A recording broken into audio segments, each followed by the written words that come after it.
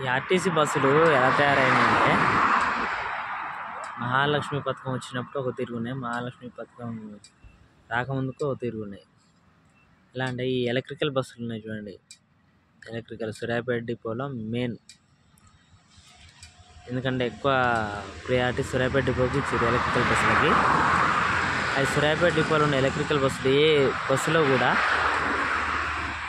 Senior citizens అని, MLC MLA అని, PHC candidates అని ఇవి కూడా స్టిక్కరింగ్ ఉండవు. చూడండి ఒకసారి మీరు. అంటే ఇప్పుడు మహాలక్ష్మి పథకం రాగానే వీళ్ళందరినీ తీసేసిండు. అంటే వాళ్ళు ఎక్కడ కూర్చోవాలి? అంటే పిహెచ్సి క్యాండిడేట్ కూడా నిలబడిపోవాలన్నా? మేము నిన్న హయత్నగర్ నుంచి సూర్యాపేటకు ఈ ఎలక్ట్రికల్ బస్ ఎక్కాము. ఎలక్ట్రికల్ బస్ ఎక్కితే అక్కడ పిహెచ్సి క్యాండిడేట్ కూర్చునే సీట్స్ లేవు. ఎక్కడ కూడా పిహెచ్సి రాసిపెట్టి లేదు, సీనియర్ సిటిజన్స్ అని రాసిపెట్టి లేదు, ఎమ్మెల్సీ ఎమ్మెల్యే అని రాసిపెట్టి కూడా లేదు. ఓకే, ఎమ్మెల్సీ ఎమ్మెల్యే అంటే వాళ్ళు ఎక్కరు. ఓకే, సీనియర్ సిటిజన్స్ అంటే ఓకే. పిహెచ్సి క్యాండిడేట్స్ దాంట్లో ఆల్రెడీ ఉన్నారు. నేను కండక్టర్ గారిని అడగడం జరిగింది, సార్ ఇక్కడ ఇందులో పిహెచ్సి సీట్స్ అని రాసిపెట్టి లేదు, ఈ పిహెచ్సి క్యాండిడేట్ ఎక్కడ కూర్చోవాలి? హైదరాబాద్ నుంచి సూర్యాపేట అంటే మినిమం 2 hours జర్నీ, ఆ పిహెచ్సి క్యాండిడేట్ నిలబడే రావాలా అని అడిగాను. అడిగితే కండక్టర్ సమాధానం ఏం చెప్పాడంటే, సార్ పిహెచ్సి క్యాండిడేట్ ఒకవేళ సీట్ కనుక ఉంటే మీరు వెళ్ళి అడగండి అని చెప్పేసాను. అక్కడ రాసిపెట్టి లేదు, నేను పోయి అడిగితే ప్యాసింజర్ ఏమంటాడు, అక్కడ పిహెచ్సికి సీట్ అని కేటాయించారా ఏమన్నా అని మాట్లాడతాడు. మళ్ళీ రిటర్న్ కండక్టర్ కానీ అదే క్వశ్చన్ వేస్తే పోయి డిపో మేనేజర్ని అడుగుకోండి సార్ అని మాట్లాడితే నాకు తెలియదు సార్, డిపో మేనేజర్ని అడిగాను సార్ అని మాట్లాడింది. నేను సూర్యాపేట డిపో బస్సు దిగగానే ఆ రోజు నైట్ లేట్ అయింది, తెల్లారి డిపో మేనేజర్ని కాకుండా డిపో సిబ్బందిని అడిగాను, మేనేజర్ తర్వాత సిబ్బందిని అడిగాను.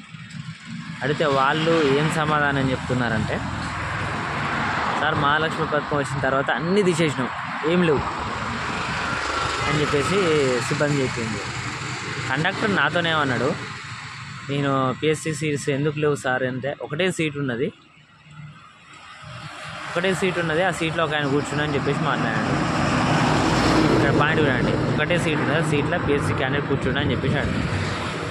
ఇక్కడ ఆర్టీసీ సిబ్బంది సూర్యాపేట డిపోలో వాళ్ళు ఏమంటారంటే, పిహెచ్సి సీట్స్ లేవు, సీనియర్ సిటిజన్ సీట్స్ లేవు, ఏం లేవు, అన్నీ తీసి పడేసాడు.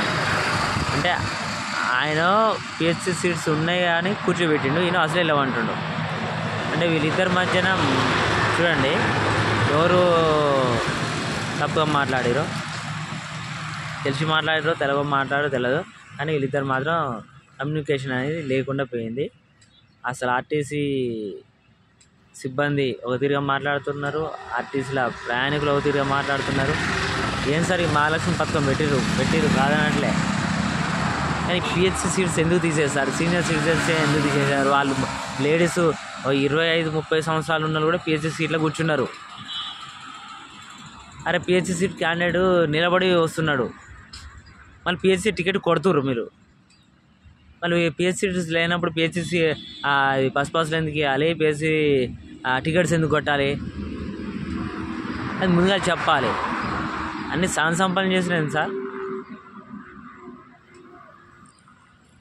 కావాలంటే నేను ఈ వీడియో తీసాను, వీడియో పెడితే చూడండి. ఇది ఆర్టీసీ ఎండి దృష్టి వరకు తీసుకెళ్లాలని నాకు చిన్న విన్నపం.